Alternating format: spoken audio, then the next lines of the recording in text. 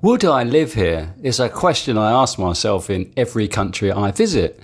So in this video, I'm going to talk about Bali and whether it ticks all my boxes, whilst taking into consideration accommodation, infrastructure, visa, healthcare, traffic, transport, noise, food, groceries, value for money, people, nightlife, safety, parks, weather, air quality, and overall vibe of the country. And, dating, obviously. Hello, good morning, good evening, and welcome to Big World Cinema. Without further ado, we'll continue with what you're here for. So, a disclaimer. I'm not here to say bad things about Bali and Indonesians in general, but I do like to say things how it is, which many people don't like to hear. So I discuss both the positives and negatives in each country I visit. But please don't get a cob on, as I make similar observations about my own country too. Why do you think I'm living abroad, for Christ's sakes? I've spent almost a month in Bali, which is not a long period of time, but long enough to know if it's a place I'd like to live. Firstly, you'll need to find accommodation. I stayed in 5 different areas in Bali: Kuta, Canggu, Ubud, Sanur and Denpasar, the capital. I found hotel and guest house accommodation really affordable in Bali. A lot cheaper than I was expecting them to be anyway. I stayed in some great hotels at decent prices. Certainly you get more for your buck than you do in the Philippines, where I'd recently been living. But it took a lot of research, mind. Sorting the wheat from the chaff. I read reviews, like really read reviews. What you need to consider in Bali is the problem with mould and lack of maintenance. Also, cleanliness is a big issue. Hotel staff would rather give their phone more attention than give the bathroom a thorough scrub. Many people are constantly sick in Bali. Go figure. But if you're considering staying here long term, you'll probably want to rent a villa rather than a hotel. Whichever country I'm visiting, I use Airbnb, Agoda or Booking.com to find my accommodation. On Booking.com website, I typed in a month's stay on their long stay serviced apartments page, but 30 days is considered too long in Bali, so that didn't go anywhere. I haven't stayed in any villas myself on this trip, but it's advisable to try Facebook groups like Bali Long-Term Villa Rentals or Bali Heart Long-Term Yearly Monthly Rentals to connect directly with owners and agents. So I'm on Airbnb. I just wanted to show how much a 1 month stay would cost. So if I go into like Bali for a month, one guest, entire home, this 1,000 plus, over 1,000 homes. Let's just make it even. Let's just cut that down to what, £400 a month maximum. So £400, there we go, 398, 277 homes for up to 398. Let's have a look at these. This is the south of Bali. Let's just have a look and see what they are. They look like Sukawati, don't even know where that is. 172 apartment, flat in Kuta, 384. Home in, I don't even know where that is. 303 before taxes, flat in Ubud.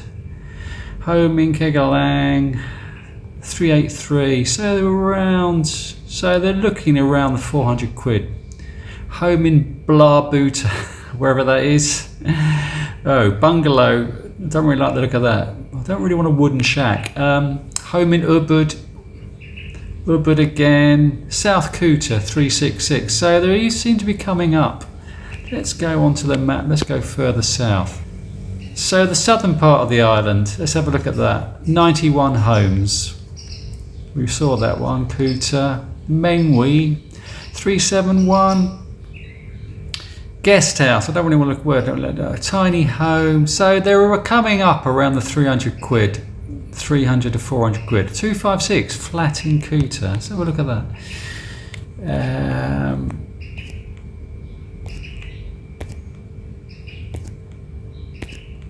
There we go, that's not bad, is it? For the price. Just giving you a rough idea what places in Bali look like on Airbnb. Denpasar Barat in the middle of the city. I quite like Denpasar actually, away from all the nonsense on the coast.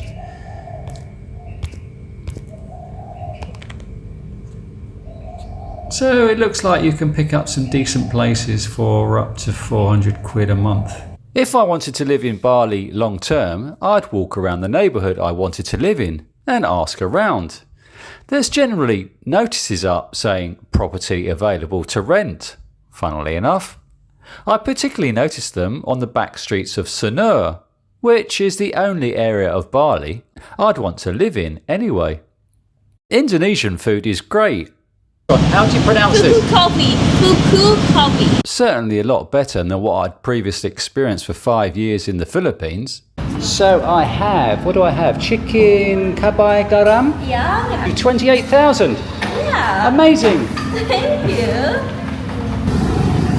So the spinach is actually dried spinach, not spinach how I imagined it. Squeaky brakes. In Bali, you're spoilt for choice, dining in Western restaurants or dine cheaply on street food or small canteens named as warungs, which are pretty hygienic and all over Bali. Warungs vary in price and quality. There's places where you can choose from dishes on display or order from a menu. I found some great places offering meals for around 25,000 rupiah, which is £1.10 or $1.50. Restaurants are more expensive, however. For low-cost dining, I needed to shop around, as many places offer meals starting at $5, which is cheap to many Bali visitors, especially those 25% coming from Australia. In Bali, you'll find a dozen or more super or hypermarkets selling Western products, particularly in the capital, Denpasar, plus many convenience stores such as Indomaret and Alfamart are on most street corners.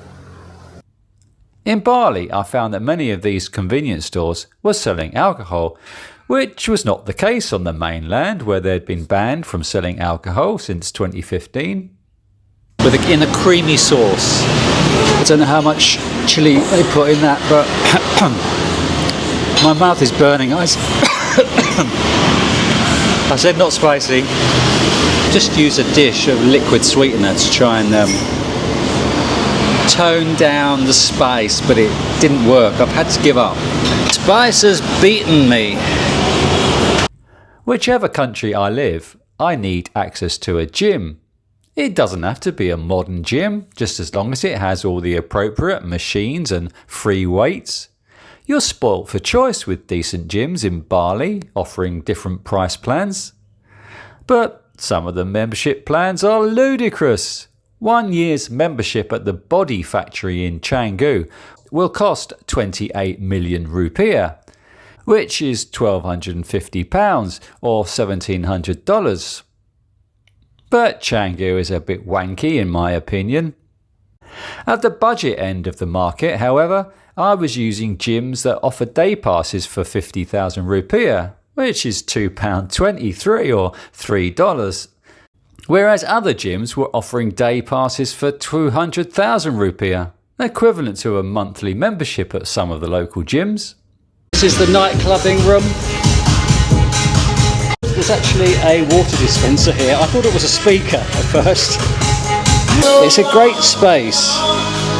It doesn't get busy at this time of day. And it's got lots of modern, up-to-date equipment. And this is only the first floor. There is another floor which is quieter, thank God. It's the next floor with treadmills. Yeah, it's got everything you need.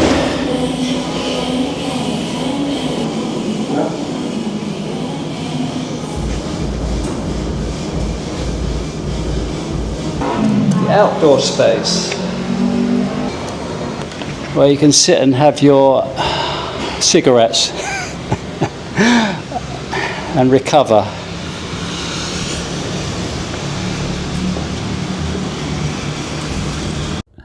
To get around Bali, you need a set of wheels. It's surprising how big Bali is. Just Denpasar, the capital itself, is 133 square kilometres, similar to the size of San Francisco or Boston in the States. And Denpasar is only 2% of the size of Bali itself. The majority of people living in Bali will stick to the south, but even travelling 20 kilometres to Ubud, you'll be travelling at a snail's pace in that traffic. Oh, have I not mentioned that I'm on the Go-Jek? Oh, he's on the pavement. Oh gosh. The traffic yet? Wherever you choose to live in Bali, it will take you a long time to get there, especially on the south of the island. So most people who live here will have a motorbike. During my month in Bali, I fortunately only saw one incident where a foreign girl upended her motorbike, but I'm surprised I never saw more with the way people handle their motorbikes here. I'd never rent a motorbike myself, but I'm a fan of motorbike taxis, which is the best way to get around the island. In Indonesia, motorbike taxis are really cheap, even cheaper, I believe, than in Vietnam or the Philippines. It's obviously the law in Denpasar for motorbike riders to wear helmets, but what about their passengers? Are the passengers exempt? Or I always get offered a helmet, but as if they mean, do you want it or not? So maybe it's law for the drivers to have a helmet, but not the passengers. Let me know in the comment section what the law is regarding wearing a motorbike helmets in Indonesia. I have noticed in the beach areas, not many people wear them. Maybe in the city it's different. Maybe in the city the law is more enforced. And how about vaping on bikes? Go-Jek drivers vaping whilst they're driving. Is that legal? 10-kilometre journeys were costing just over $1. And drivers always seem to be available. But journeys I found not to be as safe as the other Asian countries I travelled in. Numerous times I felt that we're going to have an accident any minute, and have had a couple of near misses which I've never experienced before. On one of my last trips from Denpasar to the beach just south of the airport was a pretty hair-raising experience, if I'd had any. That was the only time I've felt unsafe throughout a motorbike journey.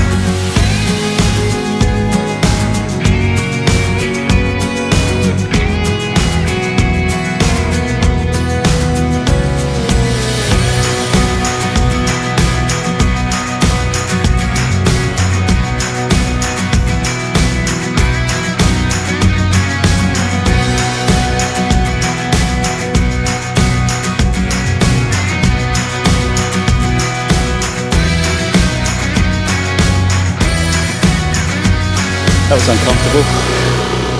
Oh God, he was driving so fast and suddenly braking in behind people. It was a terrible journey, and he was vaping as well. 17 kilometers. Probably the most uncomfortable ride I've had for a while. I've had uncomfortable rides before, but that was the first uncomfortable ride in Indonesia. It was, yeah, I just couldn't wait to get here. And here I'm at the beach. You need to live in an area where the majority of your daily needs can be met on your doorstep if you can. People will settle in areas near their tribe, so to speak. Popular expat areas such as Canggu, Uluwatu, Seminyak or Sanur. I never ventured as far south as Uluwatu, as it seems a bit out of the way and wanky. We're heading south. I've not been out of Denpasar all week. It's Saturday. I got to Denpasar on Monday. I've not been anywhere. And was to stay in Denpasar for a few days and then head south to Uluwatu. But I gave up on that idea. So I've been in Indonesia for 2 months. Spent a month in Java and so far 3 weeks in Bali. And travelling around gets tiring. Travelling around, checking hotels, checking reviews, moving around every 5 days gets really tiring. So I just gave up. So I checked loads of hotels in Uluwatu, and a lot of them are away from the beaches. So I just decided not to bother going and staying there, and I'm just heading in that direction now just to check out the area, but I'm not going too far south in Uluwatu. I'm just going to go to Jambaran Beach. To get to Uluwatu beaches, like dreamland, you have to cut inland. So it will take it literally an hour and 20 minutes from here. 21, that's over 25 kilometers or something. So I'm not going to bother. Maybe next time. So I'm just going to Jambaran Beach, just to check it out. If you like what you're seeing here and want to stay connected with my travels in Indonesia and across the globe, I think you need to subscribe and click the notification bell. Thank you. But I loved Sanur on the east coast with its 2-kilometre coastal pathway. That would be my ideal spot to live. I like to walk a lot wherever I go, and walking around Sanur was relaxing and safe. Unlike other areas like Kuta, which wasn't very easy going, Kuta is much more touristy, so wherever you walk around there, you're going to get hassled all the time by hawkers on the pavement or on the beach. I don't think many people choosing to live in Bali full time would choose Kuta area to live anyway. I'm more of a city boy and like living in cities. I spent a week staying in Denpasar, which was great. I loved the old hotel I stayed there. There were some decent eateries in that area and a cheap gym nearby.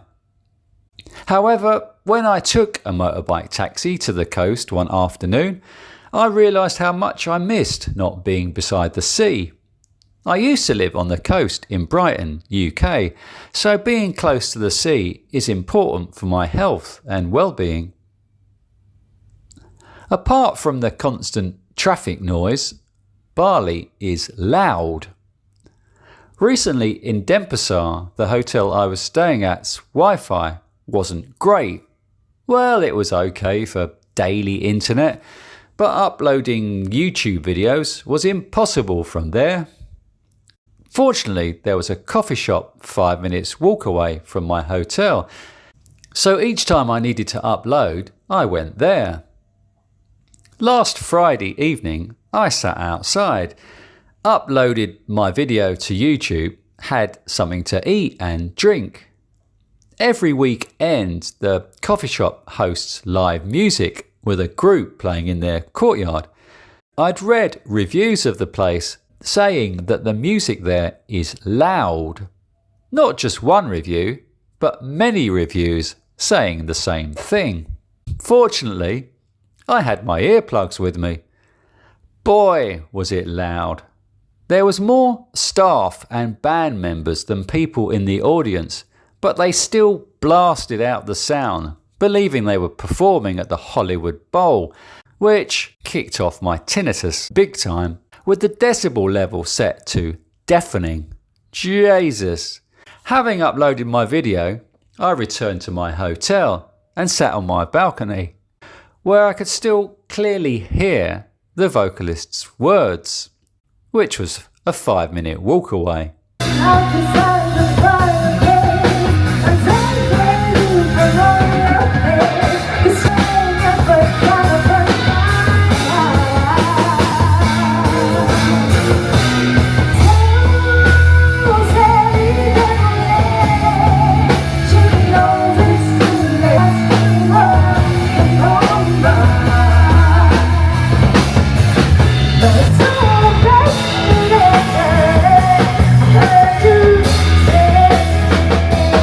It was a similar experience in the gym.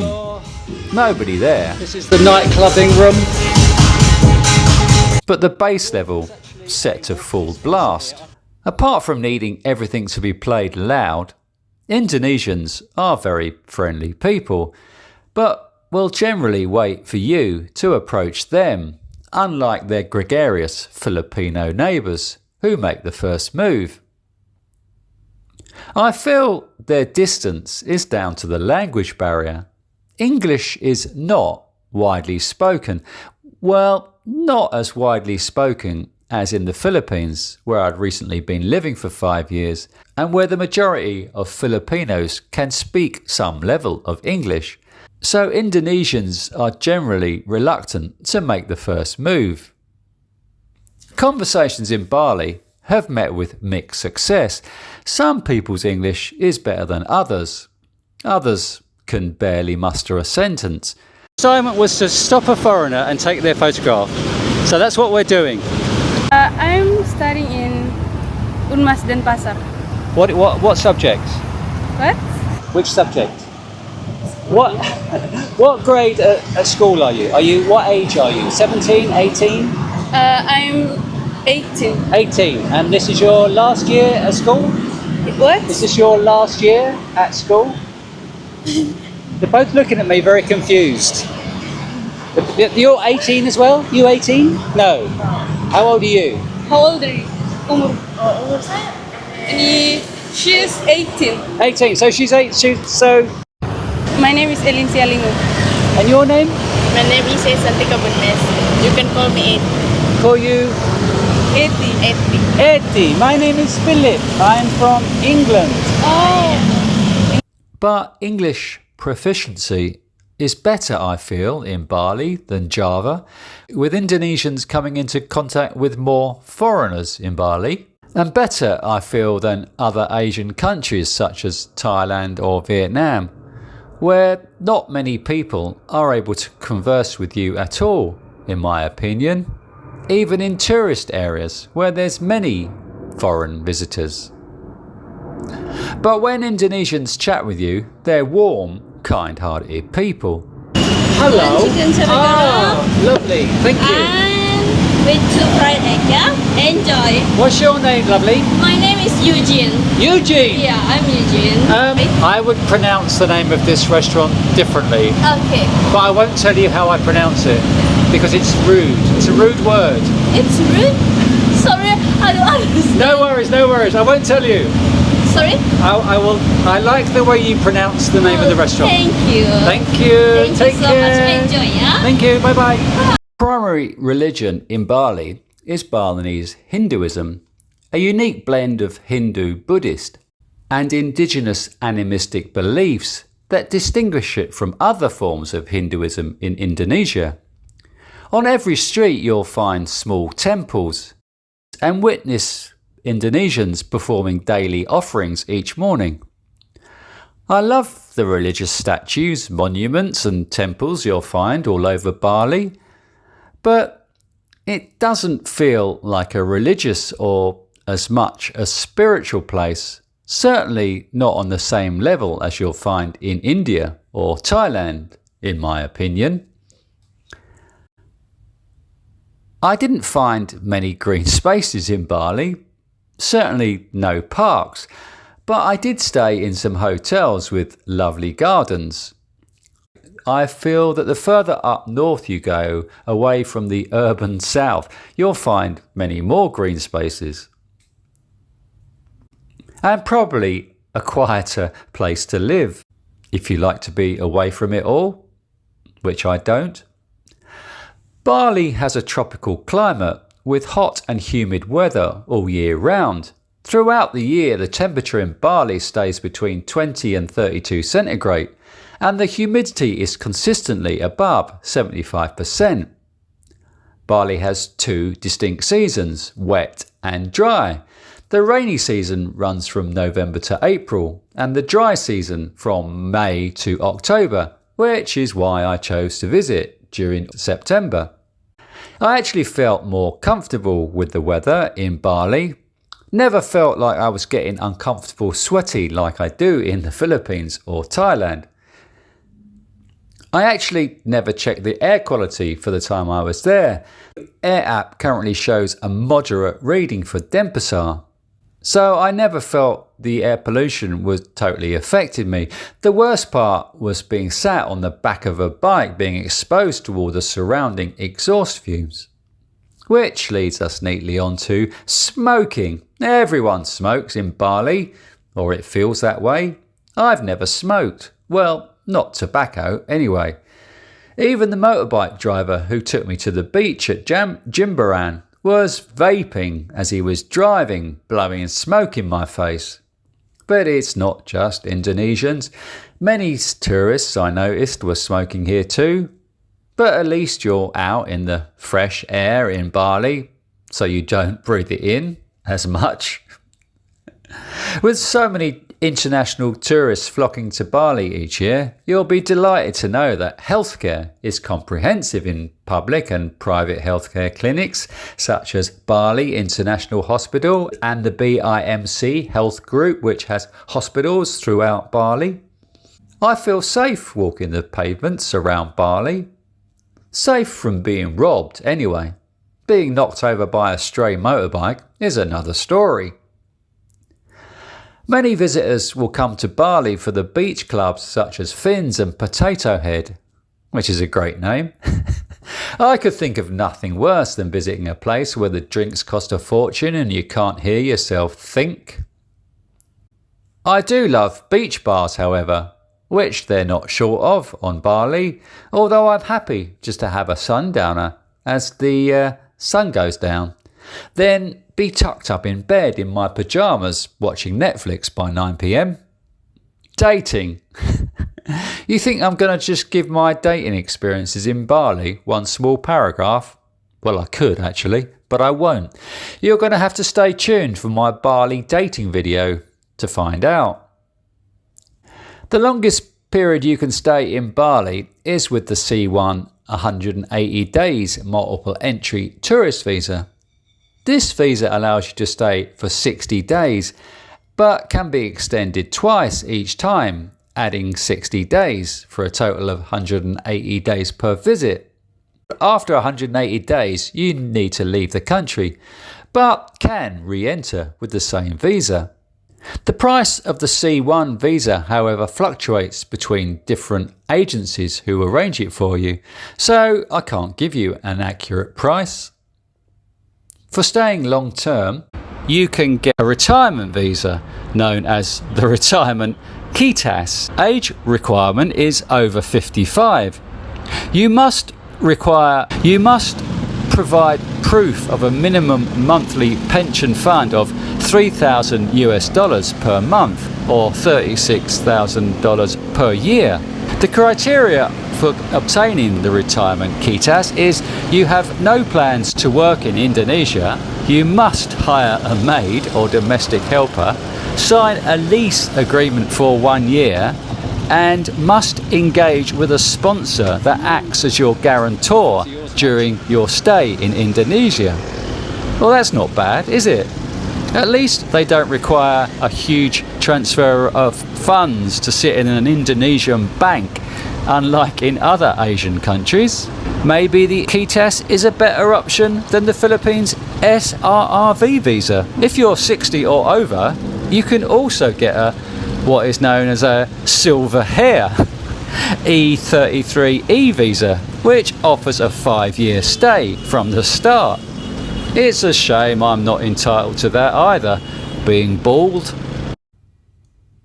I could live a comfortable existence in Bali, well, for less than $1,000 per month anyway.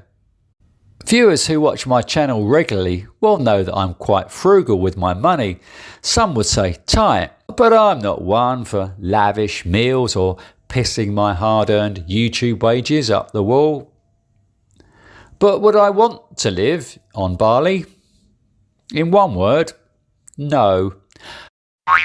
Just a quick reminder to please click the thumbs up button if you liked the video, or thumbs down button if you didn't. Obviously. Thank you. I'm on the beachfront beside the airport at Manyame Kelen. Probably pronouncing that wrong. So all these tables along the front of all these restaurants are all reserved. This one isn't. I got the last remaining table at the front. 4:45 before sunset. With my 50 rupiah bintang. So last night I paid 40 rupiah for one small bintang. So this is 50. Cheers.